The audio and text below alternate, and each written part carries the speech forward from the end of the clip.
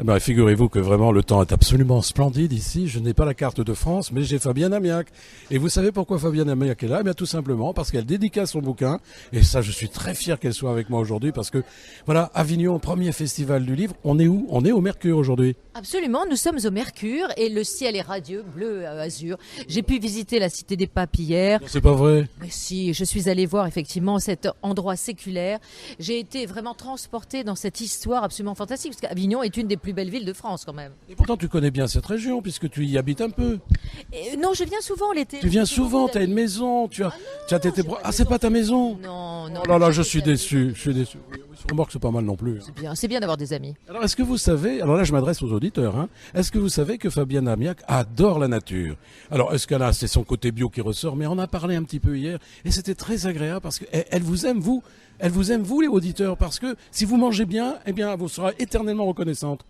J'aime surtout ce qui est fait avec délicatesse et avec respect. Et donc, je cultive mon potager. Et voilà. Voilà. Et mon potager, le vrai potager avec des vrais légumes, mais j'ai aussi un potager secret. Hein, oh là là, alors là c'est différent. Est-ce qu'on peut en parler? Oui, il est fait de mots et d'émotions.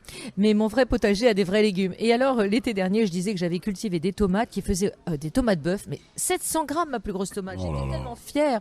Alors quand je dis ça, effectivement, les gens rigolent. Non, non, non, j'ai un véritable potager et j'ai écrit un livre qui s'appelle Le potager des grosses légumes. Mais les grosses légumes sont les hommes et femmes politiques. Il y a un mimétisme entre les légumes, les hommes et les femmes, bien sûr, parce que dans les comportements des légumes, et d'ailleurs dans la végétation, dans la nature, selon Darwin, tout le monde doit effectivement s'adapter à l'environnement. Les hommes ont beaucoup plus de mal. Et surtout, plutôt que de se protéger, eh bien... Ils se combattent? Ils se combattent. Dans mes légumes, eh bien, ils se faisaient du bien. Ah, puis ils se font du pied avec les racines? Il se faisait du pied, oui, avec les racines, exactement. Mais dans mon livre, eh bien, j'ai pu trouver des petites anecdotes, un discours assez juteux pour... Ça, écoutez, l'expression est savoureuse. Si vous avez un papier et un crayon, notez ça, s'il vous plaît. Hein. Un discours juteux parce que je me suis aperçue que bien souvent, eh bien, les légumes que l'on cultivait avec amour ne ressemblaient pas à nos politiques qui ne nous cultivent pas tellement avec amour Malheureusement. la plupart du temps.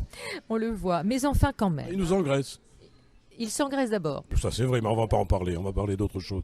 Alors comment ça se passe ici à Avignon au Mercure? Alors, au Mercure et au Novotel. Et au Novotel, puisqu'en fait, ces deux hôtels nous reçoivent. C'est le premier festival, c'est l'autre festival. Nous sommes quand même 160 auteurs. C'est vraiment...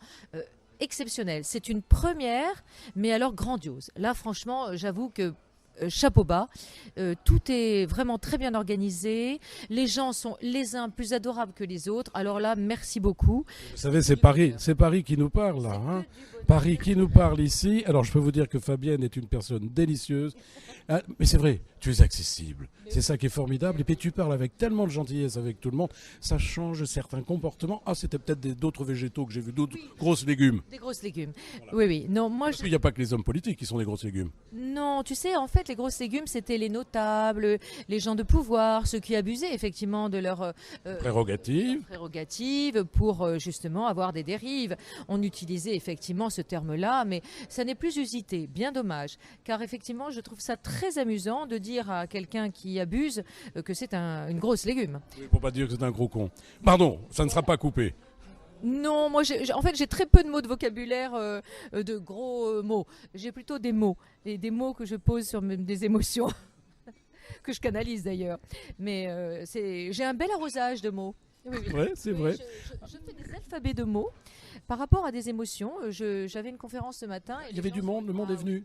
La salle était pleine. Oh, je suis ravi. Vraiment, c'était impressionnant. Et je leur ai expliqué que j'avais un jeu, c'est que je prenais chaque lettre de l'alphabet et je mettais sur chaque lettre un mot. Alors par exemple A, anxiété, B, borné, C. Ça peut être bonheur. Hein. Voilà.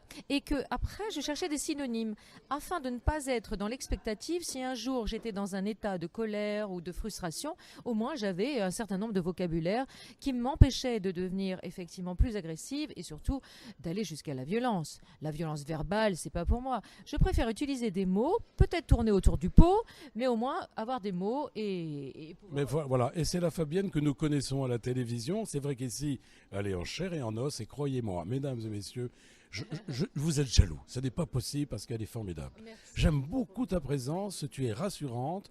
Et il y a une forme de sérénité, de calme, de paix. C'est un travail, ça. C'est un travail, ça. C'est l'amour de son prochain, je crois. Et moi, je disais tout à l'heure, il faut que nous ouvrions le dialogue, il faut que nous apprenions à vivre ensemble, il faut que nous ayons des mots communs et qu'on arrête de nous mettre des langages codés pour nous disperser, Des tiroirs. nous diviser.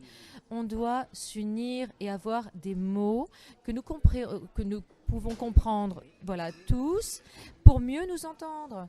C'est tout à fait vrai. Travaillez le vocabulaire. Apprenez un mot chaque jour. Vous aurez à la fin de l'année 365 mots de plus. Et si vous prenez des synonymes avec, vous allez voir, vous allez doubler la mise. Et les années bissextiles, alors là, n'en parlons pas. Ah, c'est quand même extraordinaire. Fabienne. Un petit exercice, je vous assure. C'est comme essayer de faire une recette. Essayez juste d'apprendre un mot par jour. Voilà, alors n'oubliez pas le titre du livre. Le potager des grosses légumes aux éditions Fortuna. Ah ben oui, Fortuna, il fallait en parler aussi, voilà. Merci Fabienne d'avoir répondu au micro, vous savez. Moi, je vous embrasse tous parce que je vous aime. Oh, mais nous nous aimons ici aussi. Voilà. Voilà, je suis un peu ému parce que c'est vrai qu'elle est charmante. Voilà, je vous aime infiniment. À très très bientôt. Au revoir.